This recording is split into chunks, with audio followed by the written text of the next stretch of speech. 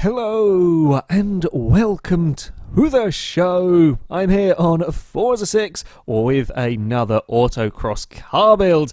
My vehicle today that is, well, not really fitting in the screen very well is the Jeep Grand Wagoneer. So this was suggested in the comments a little while ago and was kind of curious to give this one a go. On the surface of it, of course, it looks very stupid taking a great big SUV around an autocross course. However, we have had Wagoneers do really very well in versus the communities before.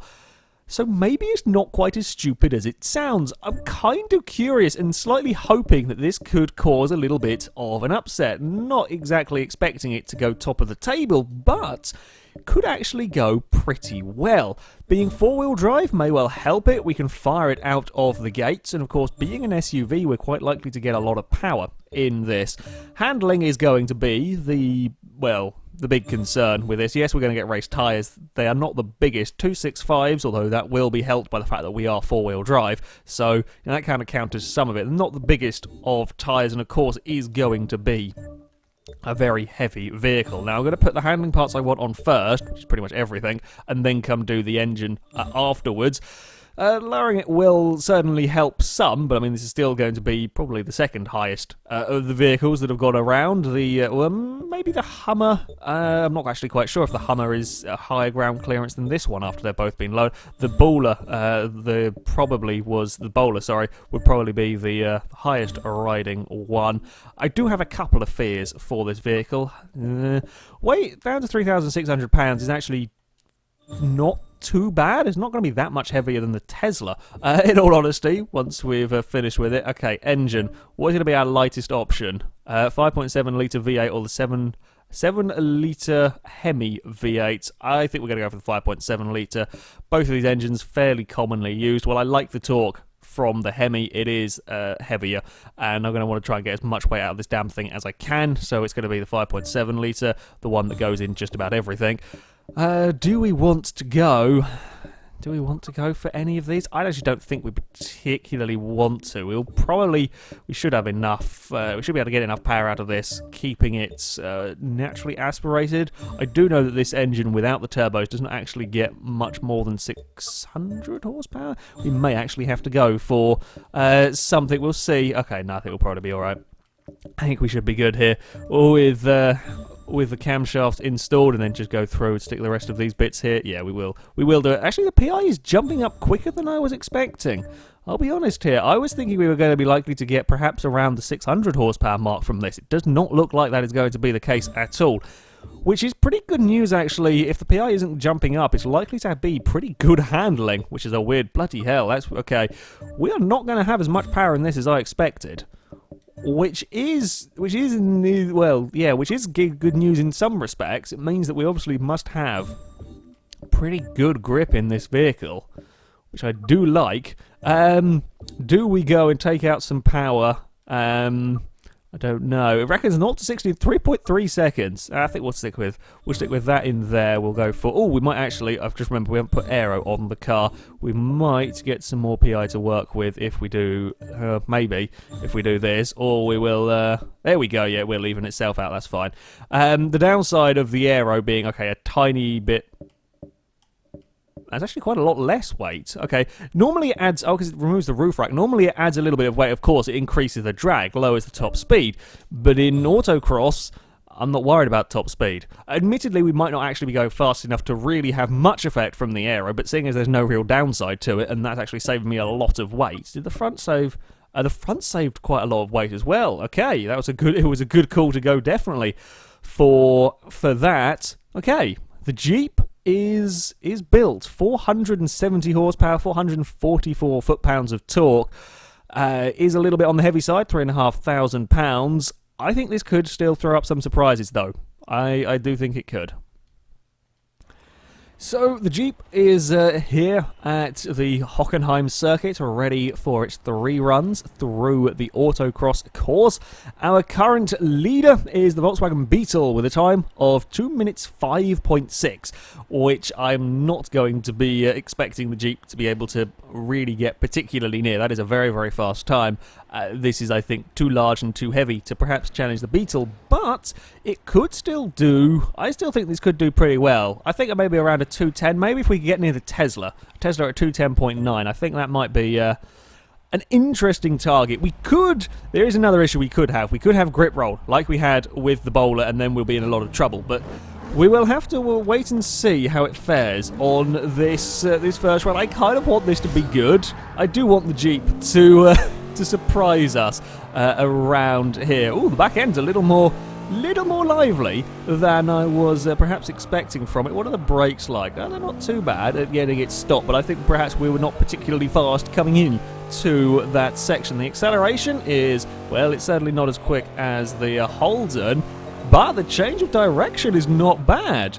Change of direction there is not bad at all, and again, I'm braking quite early. We don't have the same speed. I mean, again, it was less than 100 miles an hour through that first section, but this is a great big SUV that is making these changes of direction really quite well, and we haven't had any of the grip rolling shenanigans from this. Got to remember the width, though. That was, slightly poor driving from me. We are flat out down here, up to 114 miles an hour in the Wagoneer.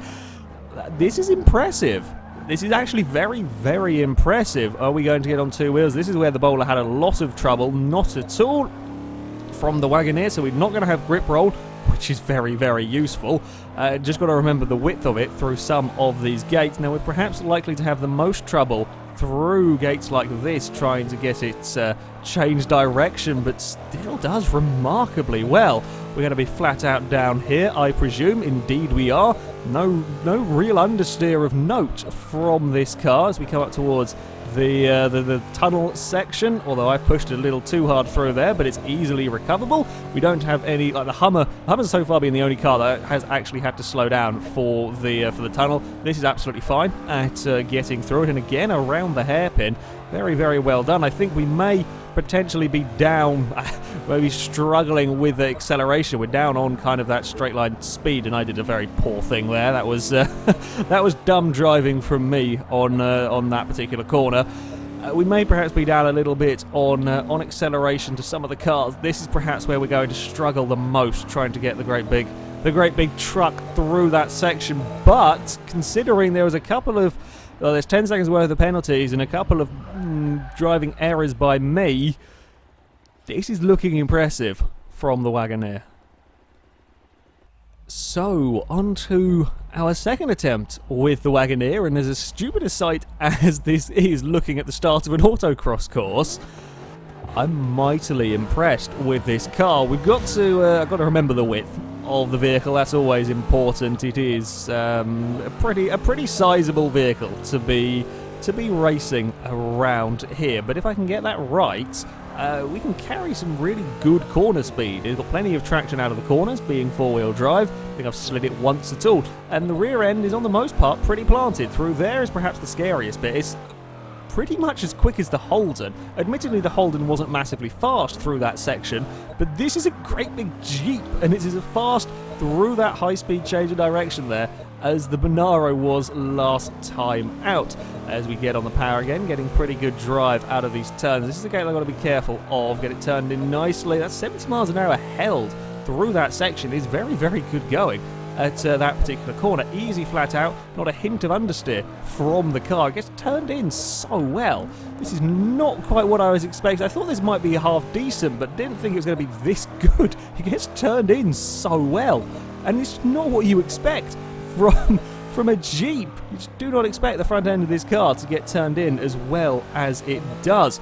Perhaps these are going to be, as I said before, this kind of area here is going to be its weakest point, because as good as the front end does get turned in, it is still a very, very large vehicle, so it's not quite getting changed direction as quickly down there as some cars, but still remarkably well for what it is. Don't drift out too wide. We're flat all the way around there, flat coming through the tunnel, and again onto the brakes.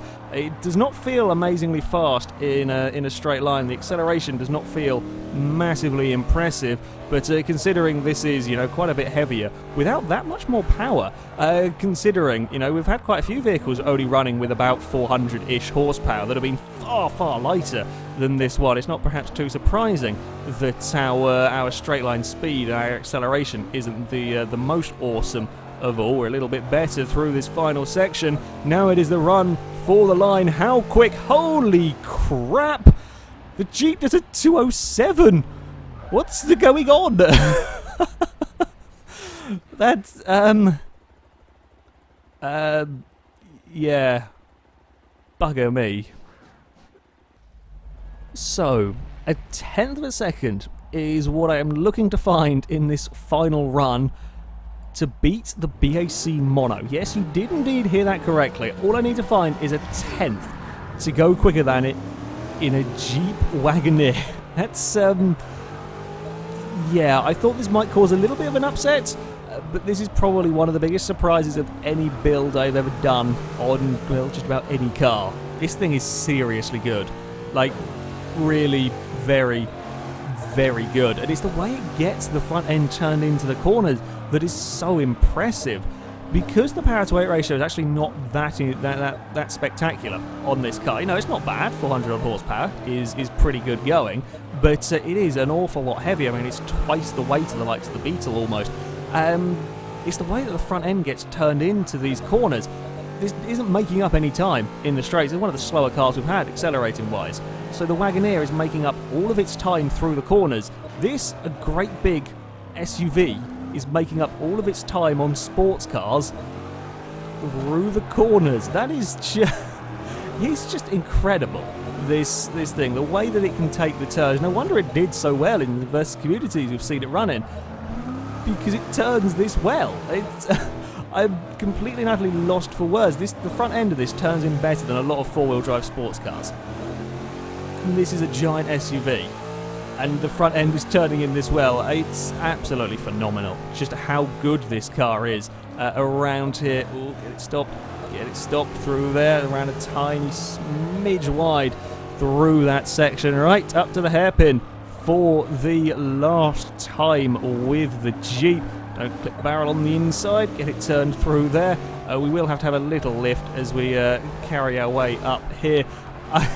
I'm still slightly in shock by this vehicle at the moment. Have I managed to find the time though, as we come through these final few gates? Right, make sure we get it slowed, get it neatly through here. This is where it can all come undone for the Wagoneer. Right, it is the run to the line. Holy crap. It's a 2:06. A 2:06.9 from the Wagoneer.